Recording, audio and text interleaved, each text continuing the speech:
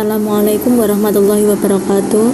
Perkenalkan, kami dari kelompok 11 akan mempresentasikan mata kuliah akuntansi manajemen bab 12, yaitu manajemen persediaan. Sebelumnya perkenalkan anggota kelompok kami, yaitu Triati Ginasia, Ferinda Noviliana, dan Vika Dwi Febiana. Manajemen persediaan just in case. Manajemen persediaan penting untuk membentuk keunggulan kompetitif jangka panjang. Tingkat persediaan memengaruhi harga jual, kualitas perekayasan produk, kapasitas menganggur, waktu lembur, kemampuan merespon permintaan pelanggan, waktu bangun, dan profitabilitas secara keseluruhan. Biaya persediaan. Apabila permintaan terhadap persediaan yang diperoleh dari pemasok dapat diketahui dengan pasti untuk suatu periode tertentu, maka terdapat dua macam biaya yang berhubungan dengan persediaan, yaitu biaya pemesanan ordering cost dan biaya penyimpanan carrying cost. Jika persediaan diproduksi secara internal, terdapat dua biaya, yaitu biaya setup dan biaya penyimpanan. Biaya setup adalah biaya untuk penyiapan peralatan dan fasilitas agar dapat digunakan memproduksi suatu produk atau komponen tertentu. Biaya penyimpanan adalah biaya yang timbul karena menyimpan persediaan. Jika permintaan tidak diketahui dengan pasti, maka yang timbul adalah biaya stock out. Alasan tradisional untuk memiliki persediaan: 1. Untuk menyeimbangkan biaya pemesanan atau setup dengan biaya penyimpanan. 2. Untuk memuaskan permintaan pelanggan, misalnya pengiriman yang tepat waktu. 3. Untuk menghindari kemungkinan kegagalan produksi. 4. Sebagai cadangan terhadap proses produksi yang tidak andal. 5. Untuk memperoleh keuntungan berupa diskon karena membeli dalam kualitas yang lebih banyak. 6. Untuk mengantisipasi kemungkinan kenaikan harga bahan baku atau suku cadang. Economic per quantity adalah model persediaan tradisional. Biaya pemesanan atau pengisian total dapat dihitung dengan rumus TC sama dengan P kali D bagi H tambah C kali H bagi 2. Keterangannya adalah TC biaya pemesanan atau pengesetan dengan biaya penyimpanan total, P biaya pemesanan dan menerima pesanan atau biaya pengesetan suatu production run, D jumlah yang diminta tahunan, H jumlah unit dipesan setiap kali suatu pemesanan pesan atau ukuran lot produksi, C biaya penyimpanan atau suatu unit persediaan selama 1 tahun. Sebagai ilustrasi berikut ini data yang relevan untuk penentuan biaya persediaan pada suatu perusahaan reparasi barang-barang elektronik suku cadang yang dibutuhkan dibeli dari luar perusahaan. Data yang diperoleh disajikan berikut ini: D 20.000 unit, H 2.000 unit, P Rp1.000 per pesanan, C Rp40 per unit. Apabila jumlah yang dipesan H 1000 unit, maka satu banyaknya pemesanan per tahun dibagi H 20.000 unit bagi 1000 unit, yaitu 20 kali pemesanan. 2. Biaya pemesanan total dibagi H kali P 20 kali Rp1.000 sama dengan Rp20.000. 3. Persediaan rata-rata H bagi 2, yaitu 1000 unit dibagi 2 sama dengan 500 unit. 4. Biaya penyimpanan total H dibagi 2 dikali C 500 unit dikali Rp40 sama dengan Rp20.000. Biaya persediaan total Rp20.000 ditambah Rp20.000 yaitu Rp40.000. Jika jumlah unit dipesan sebanyak 1000 unit, maka total biaya persediaan adalah minimal yang ditandai dengan besaran biaya pemesanan Rp20.000 atau sama dengan biaya penyimpanan Rp20.000.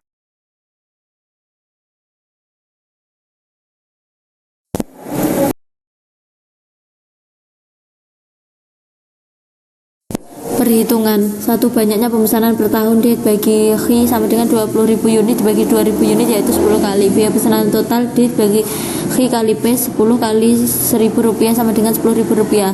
Persediaan rata-rata H bagi 2, yaitu 2.000 unit bagi 2 1000 unit. Biaya penyimpanan total H bagi 2 kali C 1000 unit dikali Rp40 sama dengan Rp40.000.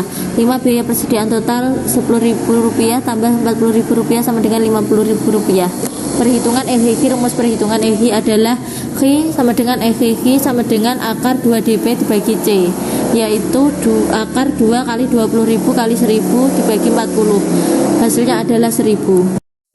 Reorder point. Titik pemesanan kembali atau reorder point adalah tingkat persediaan yang sebaiknya pemesanan kembali dilakukan oleh perusahaan. Reorder point dipengaruhi oleh tingkat persediaan minimal. EHI adalah dan waktu tunggu lead time. Waktu tunggu adalah jangka waktu yang diperlukan untuk menunggu datangnya EHI sejak pemesanan dilakukan. Gambar di atas adalah contoh Reorder point. Jika diketahui bahwa tingkat penggunaan maksimum bahan baku adalah 125 kg per hari, sedangkan tingkat penggunaan bahan baku rata-rata adalah 100 kg per hari, waktu tunggu adalah 14 hari, persediaan minimal sama dengan 125 kg dikurangi 100 kg dikali 4 hari sama dengan 100 kg. Reorder point 100 kg ditambah 100 kg dikali 4 hari yaitu 500 kg. Berdasarkan hasil perhitungan di atas, pemesanan kembali dilakukan ketika tingkat persediaan bahan baku sebanyak 450 kg. Gambar di atas menyajikan reorder point ROP dengan FIQ sebesar 1000 kg, ROP sebesar 500 kg, persediaan minimal sebesar 100 kg dan waktu tunggu 4 hari. FIQ dan manajemen persediaan. Pendekatan tradisional untuk mengelola persediaan disebut just in case system. Dalam beberapa situasi, just in case system sesuai kebutuhan. Misalnya rumah sakit membutuhkan obat-obatan dan perlengkapan medis yang harus tersedia sepanjang waktu untuk mengendalikan situasi-situasi darurat. Penggunaan FIQ dan persediaan minimal akan sangat masuk akal dalam lingkungan semacam itu. Manajemen persediaan just in time. JIT mempunyai dua tujuan strategis, yaitu meningkatkan laba dan memperbaiki posisi kompetitif perusahaan. Kedua tujuan ini dicapai melalui pengendalian biaya, memperbaiki kinerja pengiriman, dan memperbaiki kualitas. JIT menawarkan efisiensi biaya dan juga fleksibilitas dalam merespon permintaan pelanggan terhadap kualitas produk yang lebih baik dan variasi produk yang lebih banyak. Pull system. Dalam pull system, permintaan pelanggan menarik bahan baku untuk memproses produksi. Prinsip yang sama digunakan proses produksi. Setiap aktivitas produksi hanya dilakukan jika diperlukan untuk memenuhi permintaan aktivitas berikutnya. Salah satu akibat adalah pengurangan persediaan pada tingkat yang sangat rendah. Pencapaian tingkat persediaan yang rendah penting untuk keberhasilan JIT. Biaya pemesanan dan penyimpanan adalah pendekatan JIT. JIT menggunakan pendekatan yang berbeda untuk meminimalkan biaya pemesanan dan penyimpanan total, kontrak jangka panjang, pengisian kembali berkelanjutan, dan electronic data interchange. Biaya pemesanan dapat dikurangi dengan mengembangkan hubungan yang dekat dengan pemasok. Negosiasi kontrak jangka panjang untuk penyediaan bahan dari pemasok luar akan mengurangi frekuensi pemesanan yang kemudian mengurangi biaya pemesanan. Kinerja tenggat Udit adalah solusi JIT. Kinerja tenggat atau Udit Performance adalah suatu ukuran kemampuan perusahaan untuk merespon kebutuhan pelanggan. JIT menyelesaikan masalah tenggat tidak dengan membentuk persediaan, tetapi dengan pengurangan waktu tunggu secara dramatis. Waktu tunggu yang lebih pendek akan lebih meningkatkan kemampuan perusahaan untuk memenuhi tanggal-tanggal pengiriman dan merespon dengan cepat permintaan pasar sehingga kemampuan kompetitif perusahaan meningkat. JIT memotong waktu tunggu dengan mengurangi waktu pemesanan, memperbaiki kualitas, dan menggunakan pemanufakturan sistem sel.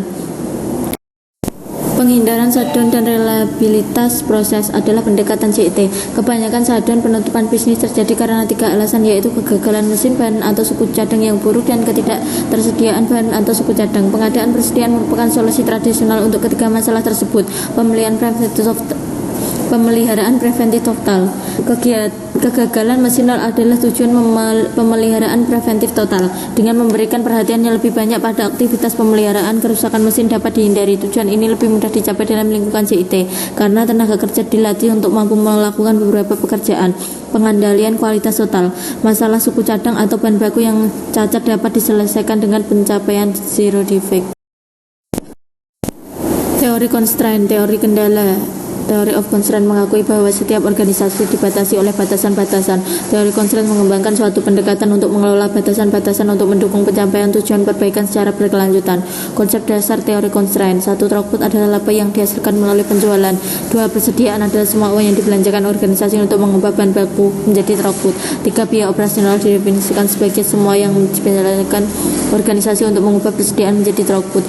Teori constraint berpendapat bahwa penurunan persediaan akan menimbulkan keunggulan kompetitif dengan mempunyai produk yang lebih baik, lebih murah, dan lebih cepat dalam merespon kebutuhan pelanggan.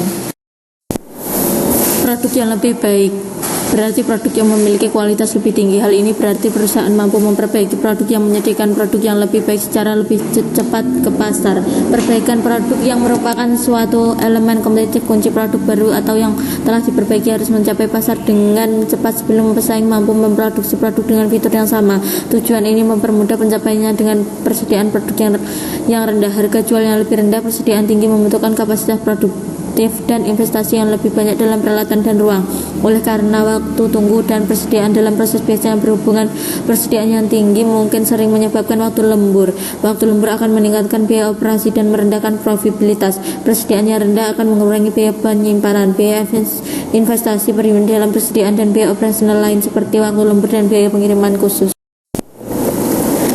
daya tanggap, pengiriman barang yang tepat waktu, dan produksi dengan waktu yang tunggu lebih tepat daripada yang diinginkan oleh pasar merupakan alat-alat kompetitif penting. Pengiriman yang tepat waktu dihubungkan dengan kemampuan perusahaan dalam memprediksi kapan memproduksi dan mengirimkan produk kepada pelanggan. Persediaan tinggi dapat mengaburkan waktu sesungguhnya yang diperlukan untuk memproduksi dan memenuhi suatu pesanan. Tahap-tahap teori constraint. 1. Mengidentifikasi batasan-batasan organisasi. 2. Mengeksploitasi batasan-batasan yang mengikat. 3. Mengesampingkan hal lain untuk keputusan-keputusan. 4. Mengurangi batasan-batasan yang mengikat. 5. Mengulangi proses. Tahap 1. Identifikasi batasan organisasi. Batasan-batasan dapat diklasifikasikan menjadi 1. Batasan eksternal, 2. Batasan internal. Batasan yang mempunyai sumber ekonomi yang tidak sepenuhnya digunakan oleh suatu bauran produk disebut batasan longgar atau loss constraint. Batasan mengikat atau binding constraint adalah batasan yang mempunyai semua sumber ekonomi dimanfaatkan secara penuh. 1. Batasan internal mengikat apabila diasumsikan bahwa setiap suku cadang harus dibor dengan menggunakan suatu mesin khusus. Suatu perusahaan mempunyai 3 mesin bor dengan waktu pengeboran total per minggu selama 120 jam pengeboran untuk ketiga mesin. Suku cadang X per unit membutuhkan 1 jam pengeboran dan suku cadang Y per unit membutuhkan 3 jam pengeboran. Oleh karena X membutuhkan 1 jam pengeboran, maka 120 unit X dapat dihasilkan per minggu. Jika margin kontribusi X per unit Rp900, maka suku cadang X akan menghasilkan kontribusi total Rp108.000 atau Rp900 dikali 120 unit per minggu. Di pihak lain, suku cadang Y per unit membutuhkan 3 jam pengeboran, maka 40 unit Y dapat dihasilkan per minggu. Apabila margin kontribusi Y per unit Rp1.800, maka margin kontribusi total yang didapatkan adalah Rp72.000 atau Rp1.800 dikali 40 unit per minggu. Misalnya diasumsikan dengan batasan internal yang sama yaitu 120 per jam pengeboran, tetapi perusahaan juga menghadapi batasan eksternal yaitu hanya dapat menjual 30 unit suku cadang X dan 100 unit suku cadang Y. Batasan internal kemungkinan perusahaan memproduksi 120 unit suku cadang X, tetapi hal ini bukan lagi pilihan yang menguntungkan karena perusahaan hanya dapat menjual suku cadang X keluar sebanyak 30 unit. Oleh karena margin kontribusi per unit sumber ekonomi yaitu Rp900 untuk suku cadang X dan Rp600 untuk suku cadang Y, maka masih masuk akal untuk menjual dan memproduksi suku cadang X semaksimal mungkin. Sebelum memproduksi suku cadang Y, perusahaan seharusnya memproduksi lebih dari 30 unit suku cadang X dengan menggunakan 30 jam pengeboran dan sisanya 90 jam pengeboran digunakan untuk memproduksi 30 unit suku cadang Y, atau 1 unit Y membutuhkan 3 jam pengeboran. Jadi bauran produk optimal adalah 30 unit suku cadang X dan 30 unit suku cadang Y yang menghasilkan kontribusi total Rp81.000 per minggu atau Rp900 dikali 30 unit X ditambah Rp1.800 dikali 30 unit Y. Tahap 2. Eksploitasi batasan mengikat. Salah satu cara penggunaan terbaik batasan mengikat adalah untuk menjamin bahwa bauran produk optimal diproduksi. Namun pemanfaatan terbaik batasan mengikat lebih ekstensif daripada hanya menjamin memproduksi bauran produk yang optimal. Tahap ini adalah inti filosofi teori constraint pada manajemen batasan jangka pendek dan secara langsung berhubungan dengan tujuan teori constraint untuk mengurangi persediaan dan memperbaiki kinerja. Penjadwalan proses produksi hulu. Terdapat 2 fitur tambahan yang digunakan teori constraint dalam mengatur batasan yang merendahkan jumlah persediaan dan memperbaiki kinerja organisasi, yaitu buffer atau cadangan dan ropes atau pengikat. Pertama, suatu buffer persediaan ditentukan di muka untuk batasan mengikat. Untuk buffer persediaan disebut sebagai time buffer. Time buffer adalah persediaan yang dibutuhkan untuk memelihara batasan sumber ekonomi digunakan secara interval waktu tertentu. Tujuan suatu time buffer adalah untuk melindungi throughput organisasi dari gangguan yang dapat diatasi dalam interval waktu tertentu. Ropes adalah tindakan yang dilakukan untuk mengikat tingkat bahan baku yang dimasukkan ke operasi pertama di pabrik dengan tingkat produksi pada batasan drummer. Berikut ini contoh lanjutannya yang mengilustrasikan buffer sistem. Misalnya, perusahaan mempunyai 3 proses produksi yang berurutan, yaitu penggerindaan, pengoboran, dan penggilapan. Setiap proses tersebut mempunyai batasan. Sumber permintaan untuk suku cadang juga terbatas, yaitu suku cadang X sebanyak 30 unit dan suku cadang Y sebanyak 100 unit. Kemudian diasumsikan bahwa hanya satu batasan mengikat internal pengeboran, sehingga bauran optimal adalah 30 unit suku cadang X dan 30 unit suku cadang Y untuk per minggu. 2 proses lain, yaitu penggerindaan dan penggilapan, merupakan batasan longgar karena mampu memproduksi suku cadang yang lebih banyak daripada bauran optimal tersebut. Oleh karena proses pengoboran memberikan pemasukan kepada proses penggilapan, maka proses pengoboran dapat didefinisi sebagai batasan drummer untuk seluruh pabrik. Diasumsikan bahwa permintaan harian dalam minggu adalah sama, yaitu 6 unit untuk setiap suku cadang.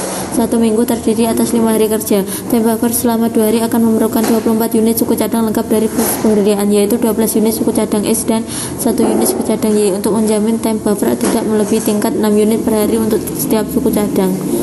Bahan baku yang dimasukkan ke proses pengerjaan seharusnya hanya sebanyak kebutuhan untuk memproduksi 6 unit untuk setiap suku cadang per hari. Inilah pada proses produksi tersebut, yaitu mengikatkan bahan baku yang dimasukkan ke proses pertama ke tingkat pada batasan drummer.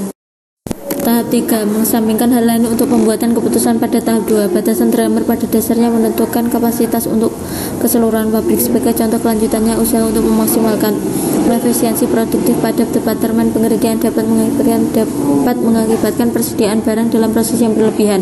Apabila kapasitas departemen pengerjaan adalah 80 unit suku cadang per minggu, maka departemen pengerjaan akan menambah produksi 20 unit suku cadang per minggu di atas bauran optimal 60 unit suku cadang, yaitu 30 unit suku cadang X dan 30 unit suku cadang Y berdasar batasan drummer, yaitu departemen pengeboran. Oleh karena itu, dalam periode 1 tahun, kelebihan persediaan barang dalam proses adalah 1000 unit, yaitu 20 unit kali 50 minggu kerja.